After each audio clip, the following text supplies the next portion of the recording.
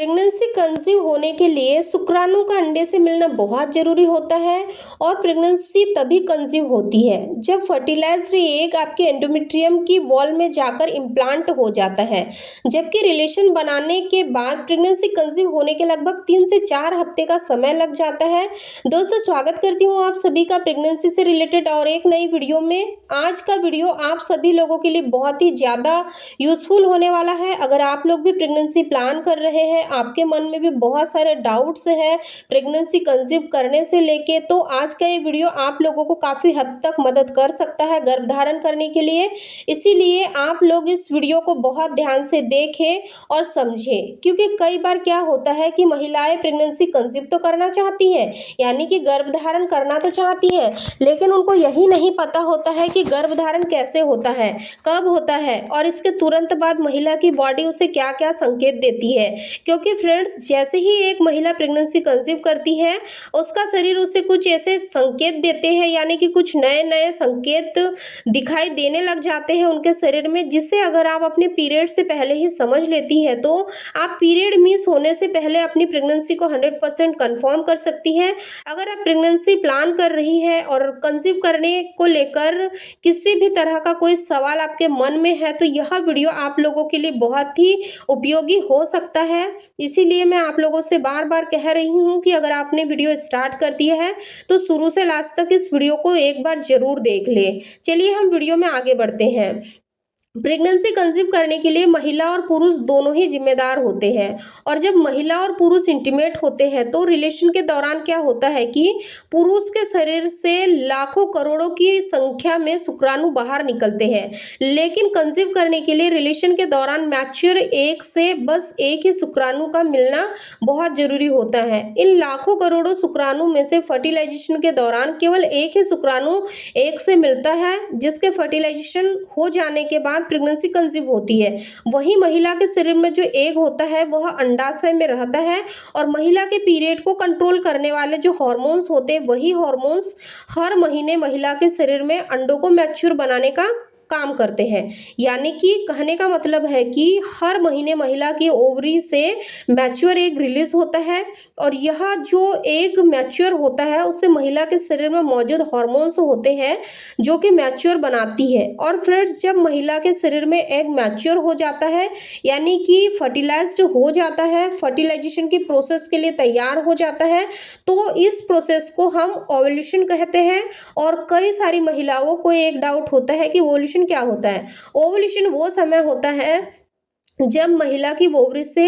एक egg mature होकर release होता है। अगर ये मैच्योर एग रिलीज होता है, उस समय महिला इंटीमेट हो जाती है, तो पुरुष का स्पर्म अगर एग से मिल जाता है और फर्टिलाइजेशन की प्रोसेस शुरू हो जाती है, तो फ्रेंड्स ऐसी कंडीशन में महिलाएं प्रेगनेंसी कंसीव कर लेती है। और फ्रेंड्स, जब महिला की ओवरी में एग मैच्योर हो जाता है, यानी कि फर्टिलाइजेशन के लिए रेडी हो जाता है, तो महिला के शरीर में कुछ हार्मोन्स मौजूद होते हैं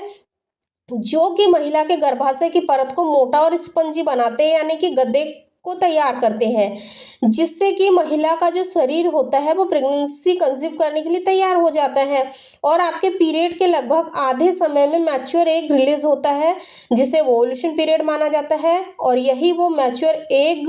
धीरे धीरे करके फैलोपियन ट्यूब से निकलकर महिला के गर्भाशय, और जब यह एक महिला की ओवरी से रिलीज होता है, अगर यह स्पर्म के साथ इंटीमेट हो जाता है, तो यह महिला के शरीर में लगभग 12 से 24 घंटे तक जीवित रहता है। ऐसे में अगर पुरुष के साथ संबंध में रहती है और पुरुष का जो स्पर्म है महिला के योनि के अंदर चला जाता है, तो यह गर्भाशय के ग्रीवा के माध्यम से महिला के शरीर में तैयार रहता है। वहीं पुरुष के शुक्राणु और गर्भाशय मिलकर स्पर्म को फैलोपियन ट्यूब तक पहुंचाते हैं, और इसी समय महिला के शरीर में क्या होता है कि फैलोपियन ट्यूब तक मैच्योर एग आ जाता है, और उसी समय जो पुरुष का स्पर्म है वो भी फैलोपियन ट्यूब तक पहुंच जाता है। तो ये दोनों आपस में मिल जाते हैं और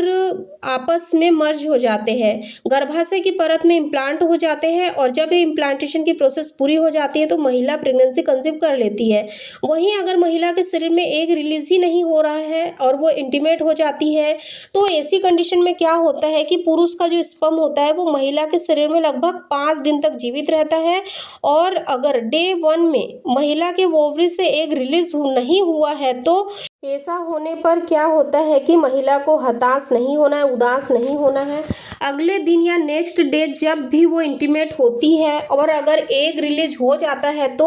बिना रिलेशन बनाए हुए भी महिला प्रेगनेंसी कंसीव कर सकती है, क्योंकि फ्रेंड्स भले ही स्पर्म एग से मिल जाए लेकिन फर्टिलाइजेशन तुरंत ही नहीं होता है। फर्टिलाइजेशन की प्रोसेस होने में भी लगभग 4 से 5 दिन का समय लगता है। और अगर इस वक्त पर यानी कि फर्टिलाइजेशन की प्रोसेस पूरी हो जाती है, एग इम्प्लांट हो जाता है, तो महिला के शरीर में जो हार्मोन्स है वो चेंज होना शुरू हो जाता है। यानी कि शुरुआती प्रेगनेंसी के सिम्टम्स महिला को फील होने लग जाते हैं और यही वो हार्मोन्स होते हैं जो महिला के शरीर में गर्भाशय की परत को झड़ने से रोकते हैं। इसीलिए ही महिला के पीरियड मिस हो जाते हैं। लेकिन किसी कारणवश अगर फर्टिलाइज्ड एग इम्प्लांट नहीं होता है तो ऐसी कंडीशन में महिला के शरीर में गर्भाशय की जो परत वहाँ पर बनी होती है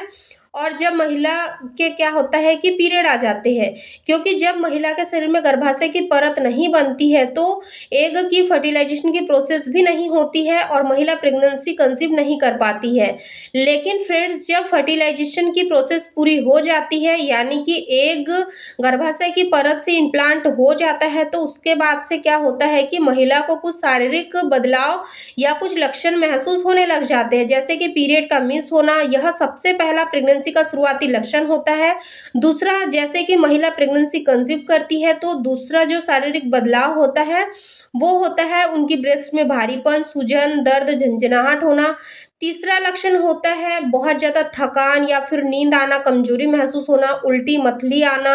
गैस, कब्ज, एसिडिटी की समस्या बनी रहना, पाचन क्रिया स्लो हो जाना और बार बार यूरिन पास करने के लिए जाना होता है। ऐसे बहुत सारे शारीरिक बदलाव शुरू हो जाते हैं जब महिलाएं कंसीव कर लेती है। उस वक्त पर उनको ये सारे लक्षण नजर आते हैं। अगर महिलाएं कंसीव नहीं करती है तो उनको ये सारे लक्षण बिल्कुल भी देखने को नहीं मिलते हैं। तो दोस्तों, अगर आप लोगों को आज की इस वीडियो में बताए गए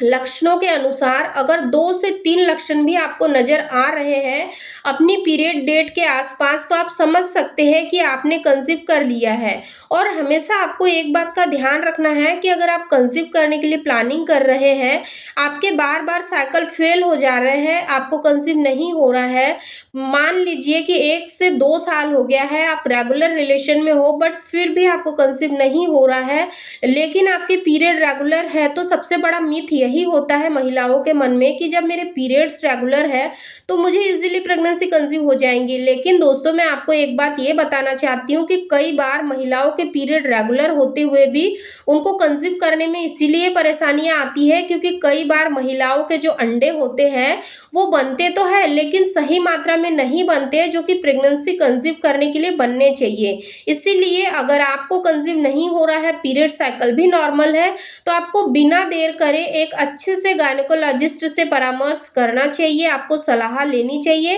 ताकि आपको ये पता चल सके कि आपके साथ ऐसी कौन सी समस्या है जिसके चलते आपको कंसीव नहीं हो पा रहा है। दोस्तों, मैं उम्मीद करती हूँ कि आज का ये वीडियो आप लोगों के लिए हेल्पफुल रहा होगा। अगर आपने प्रेगनेंसी से रिलेटेड ये वीडियो नहीं देखा है तो इस वीडियो को जरूर चेकआउट करिए कि 1 मिनट में कैसे पता करें कि प्रेगनेंसी है या फिर पीरियड, बच्चेदानी खुलने के क्या क्या लक्षण होते हैं, यानी कि बच्चेदानी का मुंह कब कब खुलता है, किन दिनों में संबंध बनाने से महिलाएं केवल एक रात में ही प्रेग्नेंट हो जाती है। इन वीडियो की प्लेलिस्ट को आप एक बार जरूर चेकआउट करिए, आप लोगों को काफ़ी हेल्प मिलेंगी। फिर मिलेंगे एक हेल्पफुल नॉलेजेबल वीडियो के साथ, तब तक आप अपना ध्यान रखें, खुश रहें। धन्यवाद।